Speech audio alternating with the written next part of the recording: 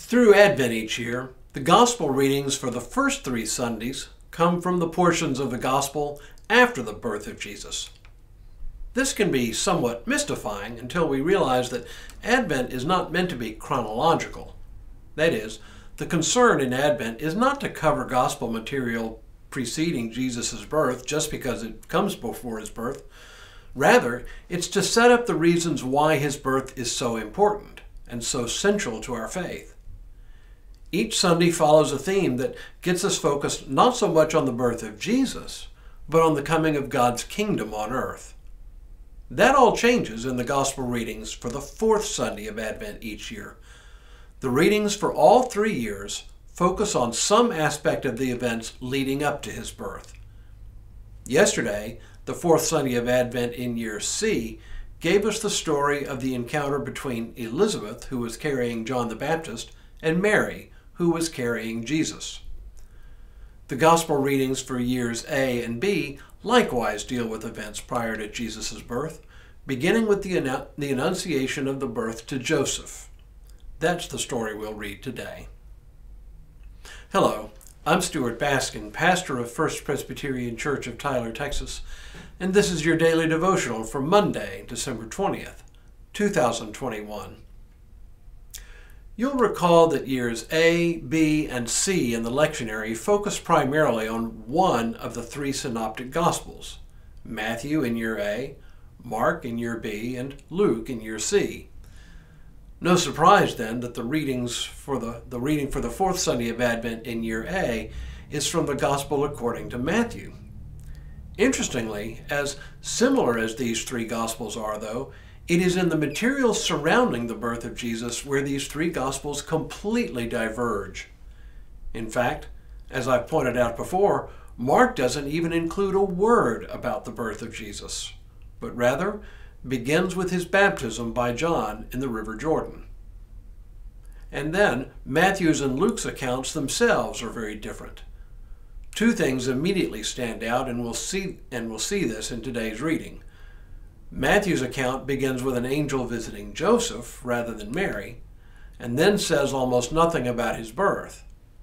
Then, no shepherds in the fields keeping watch over their flock by night.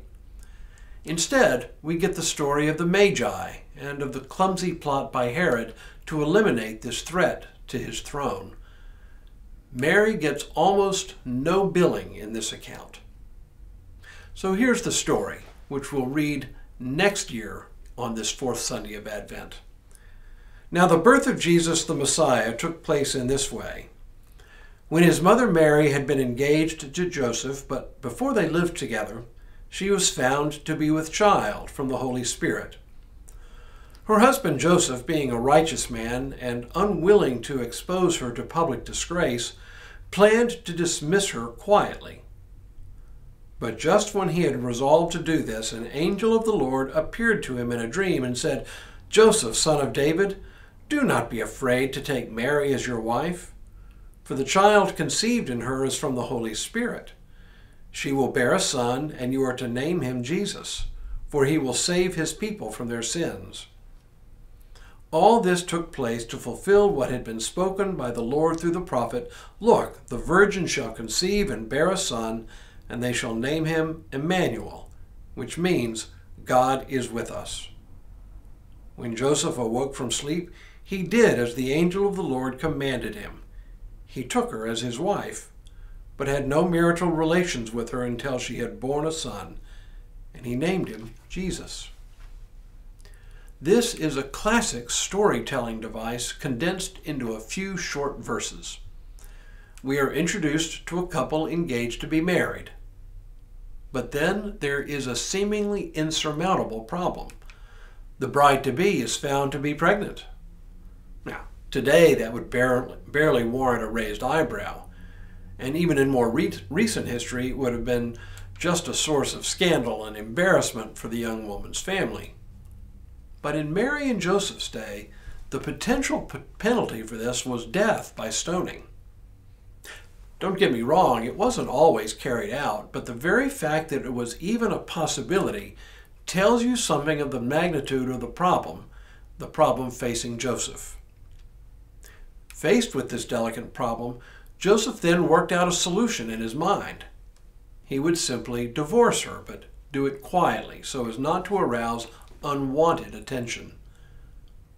This portion of the story not only serves to set up the problem, it also serves to establish the kind of man Joseph was. Kind, but upright. This plan might have worked, too, until the intervention of an angel in a dream. The angel reassures Joseph that the situation is not what he thinks it is. Mary has not been unfaithful. She has been specially chosen by God to bear the Son of God. Which brings us to the very point of the story. Joseph believes the angel. He reacts in faith, continue with the plan to take Mary as his wife. Now, I don't know about you, but if I had a dream and dreamed that an angel of the Lord spoke to me, I'd probably chalk it up to a night of restless sleep. Not Joseph. God spoke, he believed, and that, as they say, was that.